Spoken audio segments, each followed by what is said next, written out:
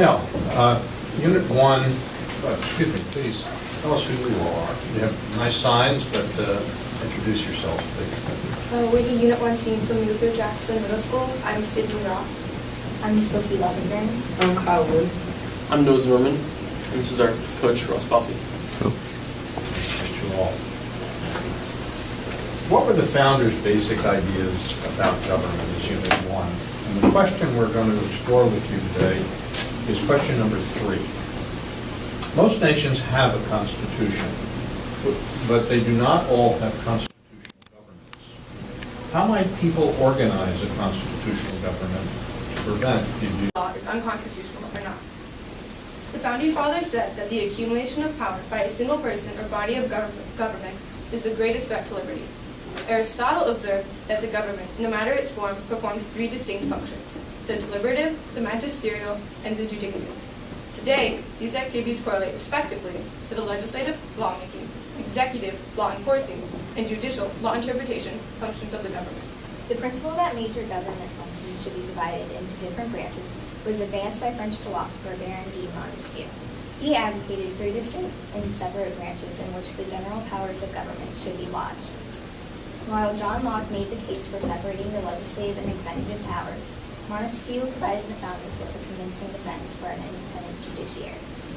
Montesquieu said when the legislative and executive powers are united in the same person or in the same body of magistrates, there can be no liberty.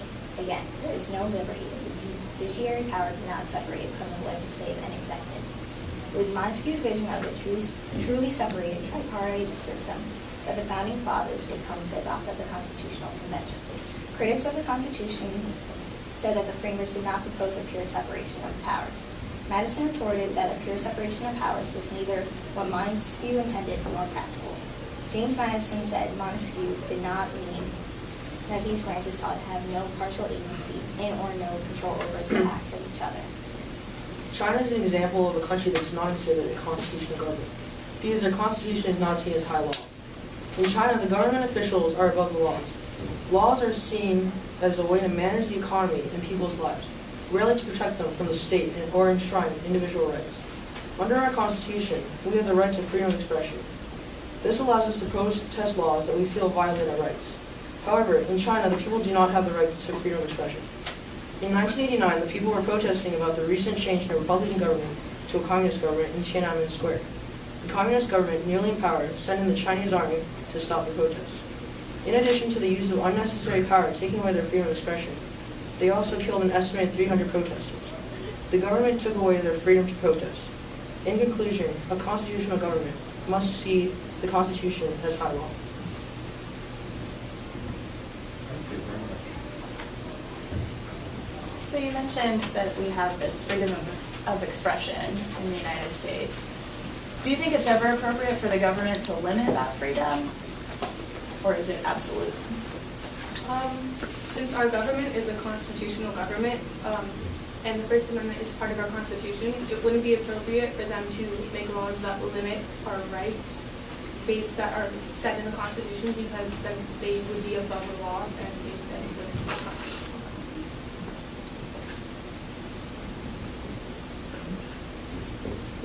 What are the responsibilities of a citizen in a constitutional government? The citizen has responsibilities such as civic duties, which are responsibilities that are required by law, and examples of them are obeying the law, paying taxes, serving in court, attending school, and defending the nation.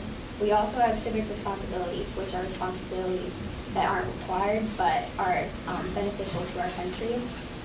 And some examples are staying informed, speaking up and voting, and obeying other people's rights.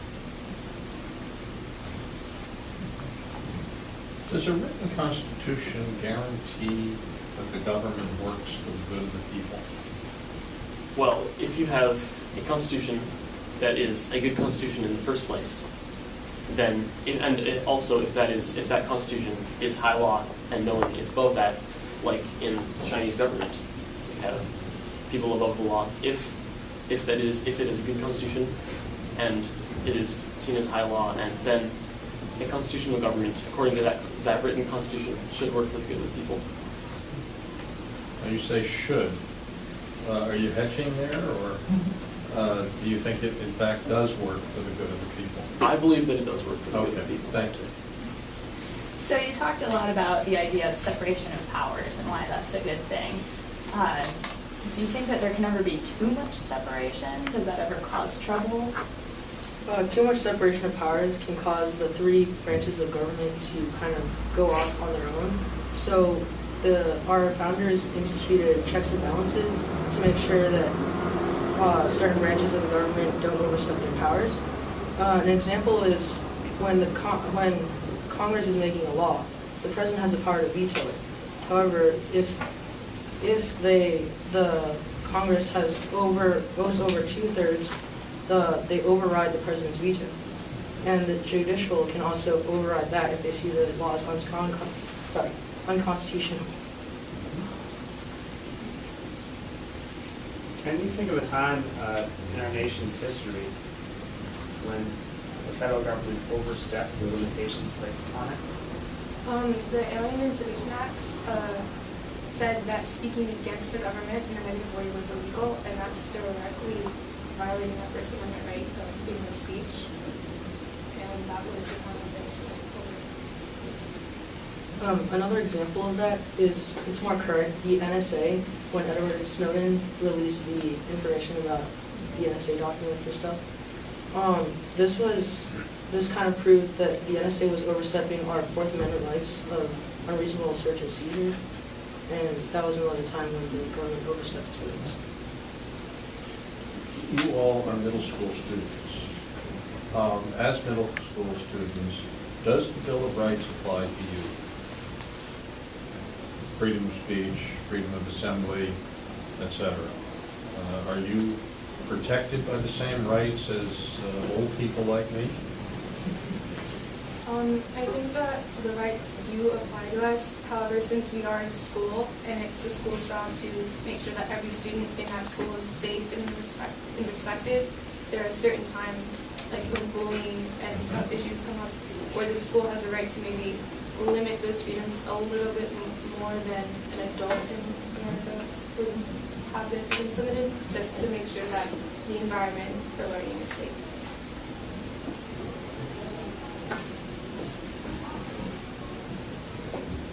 Good. So, how do you feel about that? Let's talk about, do you think that you should have more rights in school, or? I believe that we have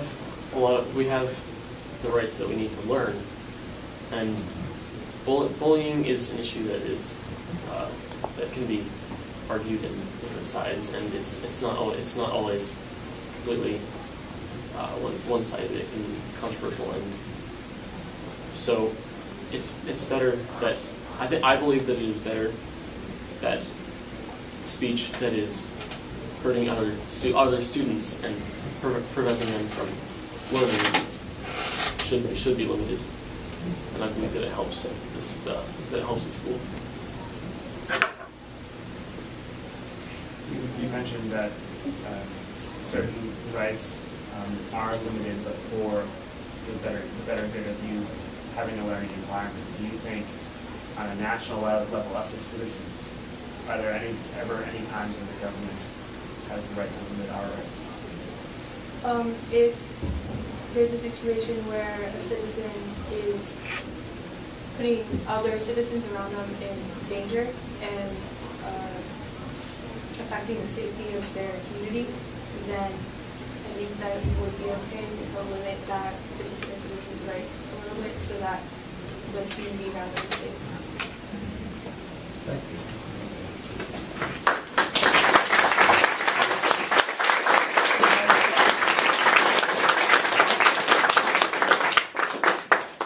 First of all, thank you all for a very engaged and a very well-organized and well-supported and documented presentation. I think I was particularly impressed with your ability to field questions and to provide very good examples to illustrate the points you were making in your questions. And I think you also worked well as a group. So I'd like to leave you with those three ideas, and my colleagues.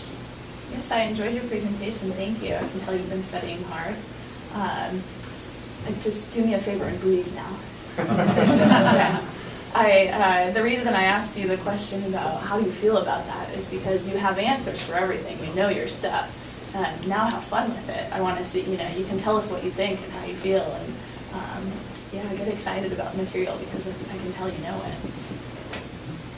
And I want to echo that you guys have an incredible command of the material details, even down to not only covering the idea of separation of powers and the foundations of our government, but even the theories behind it from Montesquieu's model.